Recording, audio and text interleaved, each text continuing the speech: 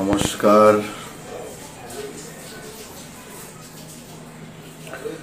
ত্রিপুরার সকল মানুষকে একটি বিষয়ে অবগত করানোর জন্য মূলত এই লাইভে আসা। আপনারা হয়তো যেহেতু এটা নির্বাচনের বছর, আপনারা সবাই নির্বাচনে অংশগ্রহণ, মত প্রকাশ এবং আপনাদের ভোট প্রদানের জন্য মন স্থির করছেন। গতকাল বিভিন্ন রাজনৈতিক দলের কর্মসূচির সূচনা হবে। সেটা একটা স্বাভাবিক গণতান্ত্রিক দেশে।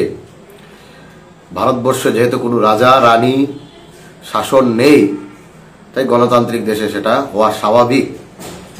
বিধানসভার নির্বাচন, লোকসভা নির্বাচন এগুলো হতে থাকে। আপনারা, আমি জানি না কতজন সেই বিষয়টাতে অবগত আছেন যে গতকাল সো কল্ড একটা চিকন পার্টি, সে নিজেকে নিজে চিকন পার্টি বলে, সেই চিকন পার্টির তেনা মানে সাম্প্রদায়িক মুকুটহীন একটা অডিও বার্তা তার সামাজিক যোগাযোগ মাধ্যমে দিয়েছে।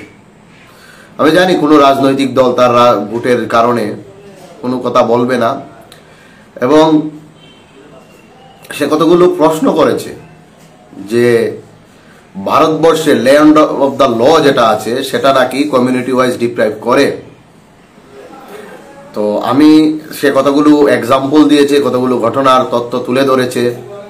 আমি তাকে, সেই মুকুটহীনকে, কারণ আমি জানি ত্রিপুরাতে কোনো রাজনৈতিক দল এই দাঙ্গাবাজ মুকুটহীনকে কোনো ব্যক্তি যারা পদলেহন করে, বিশেষ করে অনেক সাংবাদিক দেখলাম এই মুকুটহীনকে মহারাজা বলে সম্বোধন করে, আর সে নিজেকে মানে আমার জায়গার মালিক সে নিজেকে বলে।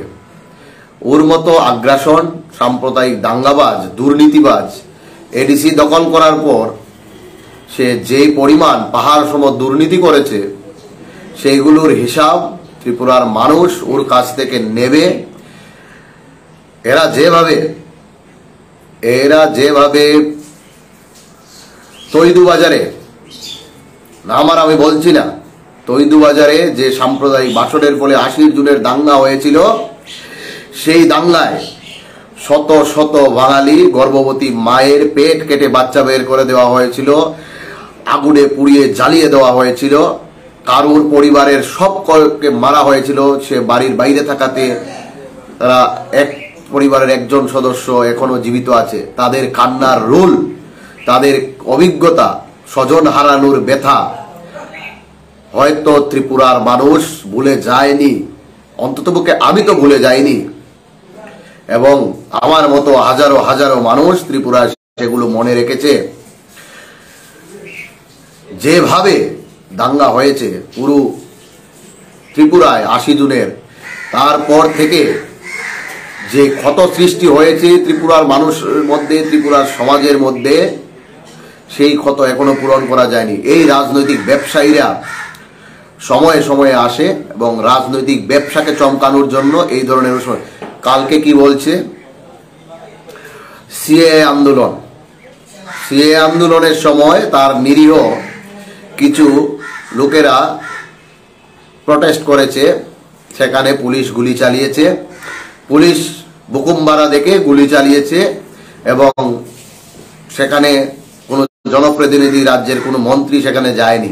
আচ্ছা শুনো এবার, মুকুটহীন তোকে বলছি, দাঙ্গাবাজ মুকুটহীন বাঙালির চিরশত্রু, বাঙালি বিদ্বেষী, মূর্খ সাম্প্রদায়িক, যার শুরুর সাম্প্রদায়িকতা দিয়ে বাঙালিকে তীব্রভাবে ঘৃণা করে যে লোকটা, সেই হচ্ছে মুকুটহীন সাম্প্রদায়িক দাঙ্গাবাজ।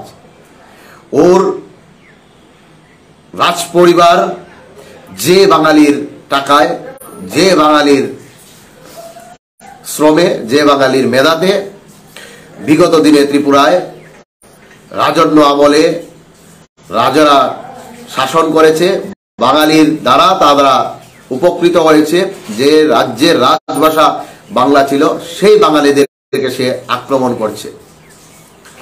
এ কত বড় মির্জাফর হতে পারলে, যার দয়ায় সে তার জীবনের আরাম আয়েশ করছে, আরাম আয়েশের জন্য টাকা পেয়েছে, শিলংয়ে গিয়ে পড়াশোনা করার টাকা পেয়েছে, সেটা বাঙালির টাকায়, বাঙালির ঘাম রক্ত ঝরিয়ে সেই টাকা কর দিয়েছে।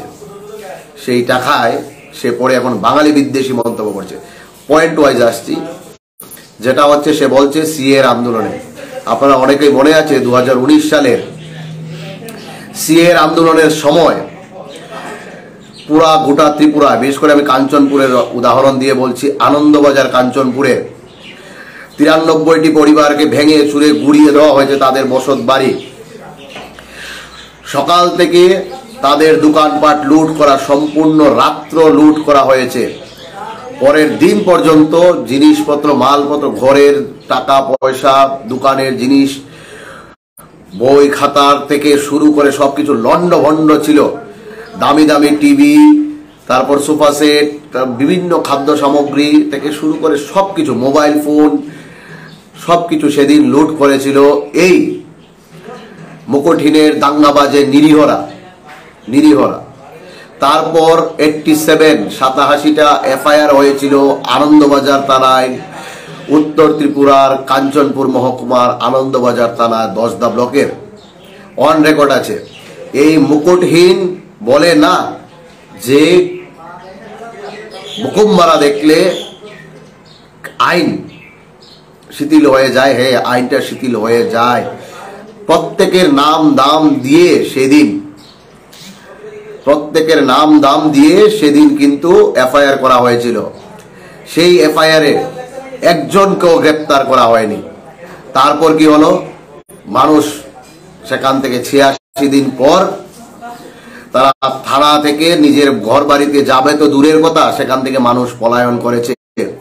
2000 সালে সমগ্র ত্রিপুরায় যে জাতির দাঙ্গা হয়েছে, সেই জাতির দাঙ্গায় কমলপুর, খোয়াই, দামছড়া, আনন্দবাজার, কাঞ্চনপুর, সর্বস্ত স্তরের থেকে মানুষ পলায়ন করেছে। শত শত গ্রাম আজ বাঙালি শূন্য। যারা মিজোরামের থেকে এসে সেখানে মিজো কমিউনিটিদেরকে উচ্ছেদ করেছে, সেই আপাস 10দার থেকে 6টি গ্রামকে উদ্বাস্তু করে দেওয়া হয়েছে। সেগুলোর বিচার কবে হবে? মুকুটহীন বলে না, আইনটা মুকুম্বারাদের জন্য আলাদা। হে, আপনি আমি যদি থানায় ঢুকে, মনে আছে মুকুটহীন কংগ্রেসের রাজ্য প্রেসিডেন্ট থাকাকালীন কি করেছিল? থানায় ঢুকে পুলিশের সামনে সিসিটিভি লাগানো আছে, সে পুলিশের কাস্টডিতে থাকা একটা জনজাতি ভাইকে সে থানায় আক্রমণ করেছে। থানায় ঢুকে সে তাকে শারীরিকভাবে নিগ্রহ করেছে পুলিশ দর্শক। মুকুটহীনকে থানায় ঢুকে এই ধরনের প্রাণঘাতী হামলা করার জন্য সঙ্গে সঙ্গে তাকে পুলিশ গারদে পুরা প্রয়োজন ছিল, তার বিরুদ্ধে 307, 302 এর মামলা নেওয়া প্রয়োজন ছিল। কিন্তু ত্রিপুরার পুলিশ এই মুকুটহীনের তল্পি বাহক হয়ে সেদিন কাজ করেছে, যার জন্য মুকুটহীনের এই আস্ফালন।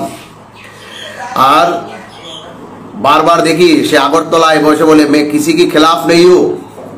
আর কালকে তার অডিও বার্তা আপনারা শুনলেন, সে বাঙালিকে বাংলাদেশি বলেছে। এই মুকুটহীন বাঙালির মহাপুরুষদেরকে ক্ষুদিরামের মূর্তি কেন থাকবে, নেতাজি সুভাষের মূর্তি কেন থাকবে, এই নিয়ে প্রশ্ন করেছে, যার জন্য পুরো গোটা ভারতবর্ষ স্বাধীন হয়েছে। এই মুকুটহীনের না আছে ইতিহাস জানা, সে শুধুমাত্র দুর্নীতি, এডিসিতে যে পরিমাণ পাহাড় পরিমাণ দুর্নীতি করেছে, সেই দুর্নীতি করার জন্য সে ক্ষমতা চাইছে। চিনি শাসন চিনিহা না, চিনি শাসন চিনিহা যদি হতো, তোমার পরিবারের থেকে 20-25 বছর ধরে যখন মন্ত্রী, এমএলএ, এমপি হয়েছে, তখন চিনি শাসন কোথায় ছিল? তিতুল বিদ্রোহ কেন হয়েছিল? জমাতিয়া বিদ্রোহ কেন হয়েছিল? রতনমণিকে কেন মেরেছিলে? সবগুলোর জবাব দিতে হবে। বাঙালিকে খুন করা হয়। আমবাসা থেকে যখন বাঙালি যায়, সেই নিরীহ আইসক্রিম বিক্রেতাকে পুড়িয়ে মারা হয়। প্রতিদিন কর্মক্ষেত্রে বাঙালিকে নিগ্রহ করা হয়, বাঙালিকে খুন করা হয়, বাঙালিকে অপহরণ করা হয়। সুকান্ত চক্রবর্তীকে প্রকাশ্যে রাজপথে পিটিয়ে খুন করা হয়েছে বিলুরিয়াতে, আজ পর্যন্ত এই গ্রেপ্তার হয়নি। শ্রীকান্ত দাসকে যে গুলি করে মারা হয়েছে, আজ পর্যন্ত গ্রেপ্তার হয়নি। হরে কৃষ্ণ দাসকে যারা গুলি করে পঙ্গু করে দিয়েছে, মারা হয়নি। শত শত বাঙালিকে যারা কিডন্যাপ করে মেরে দিয়েছে, তাদের সঙ্গে তারা নাকি এখন মুকুটহীনের দলের রাজনৈতিক নেতা। আপনারা ভেবে দেখেছেন? বিজয় রাঙ্কল, রঞ্জিত দেববর্মা, এরা কারা? এরা কি করেছিল বিগত দিনে? কি করেছিল আমি জানতে চাই। কারা মুকুটহীনের সঙ্গী সাথী তল্পিবাহ?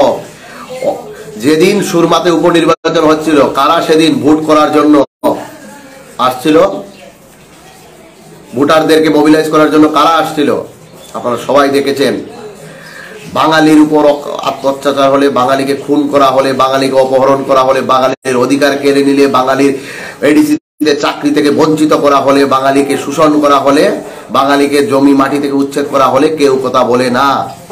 এবং এটা হচ্ছে ত্রিপুরা নয়, সমগ্র উত্তর পূর্বাঞ্চলে আইন। বাঙালিকে শুধু কাগজ দেখাতে হবে, এরা বিনা পয়সায় পড়াশোনা করতে পারবে, আর বাঙালি তাদের ট্যাক্সে দিয়ে তাদেরকে পড়াশোনা করাবে। এই মুকুটহীন যে এত বড় বড় কথা বলে, সবকিছু বাঙালির টাকায় সে তার জীবন আয়েশ আরাম করছে, আর বাঙালিকে বাংলাদেশি বলছে। আমি জানি কোনো রাজনৈতিক দল বলবে না, কারণ তাদের ভোটের প্রয়োজন। আমার কোনো ভোটের প্রয়োজন নেই। তাই এই মুকুটহীনের বিরুদ্ধে আমি আজ থেকে প্রায় 4-5 বছর ধরে কথা বলে আসছি, এবং মুকুটহীনের রাজনৈতিক গদিতে যতক্ষণ পর্যন্ত না আগুন জ্বালিয়ে দেব, ততক্ষণ পর্যন্ত প্রতিবাদ জারি থাকবে। প্রয়োজনে আবার রাজপথে নামবো, মুকুটহীনকে রাজপথে চোখে চোখ রেখে কথা বলবো। বিগত দিনেও বলেছি, আগামী দিনেও বলবো। মুকুটহীনের রাজনৈতিক অভিসন্ধি দুর্বিসন্ধিকে চুরমার করে দেব, এবং মুকুটহীনের স্বপ্ন থেকে যাবে। সবাই সজাগ হন। এবং কিছু দেখলাম বক্সনগরে কিছু অসভ্য বর্বর রাজনৈতিক লাভালাভের জন্য ব্যবসায় নেমেছে। আর একটা বলবো, এটা আনারসের সিজন নয়, আনারস শেষ হয়ে গেছে। এবং যে দুর্নীতি করছে এবং যেভাবে ভাবাবেগকে মানুষ ঠিক করবে, তাই সে কোন রাজনৈতিক দল করবে, তার পাশের বাড়ির সঙ্গে লড়াই করার যে মানসিকতা সৃষ্টি করে দিয়েছে। কোনো বাঙালি, কোনো অবাঙালি কারোর শত্রু নয়। এই শত্রু হচ্ছে মুকুটহীনের মতো দাঙ্গাবাজেরা। এই মুকুটহীনের মতো দাঙ্গাবাজদের আতুর ঘর ভেঙে দিতে হবে, এই সকল বাটপারদের, দাঙ্গাবাজদের। সবাই ভালো থাকবেন, সুস্থ থাকবেন, এবং সাম্প্রদায়িক শক্তির বিরুদ্ধে সর্বস্তরে লড়াই হবে। রাজনৈতিক, সামাজিক সব ধরনের লড়াই, আইনি লড়াই সব ধরনের হবে। মুকুটহীনের গদিতে আমরা সবাই মিলে রাজনৈতিক গদিতে আগুন জ্বালাবো। ত্রিপুরাবাসী হিসাবে আমাদের এই শপথ নেওয়া প্রয়োজন। সবাই ভালো থাকবেন, সুস্থ থাকবেন। জয় হিন্দ, জয় বাঙালি।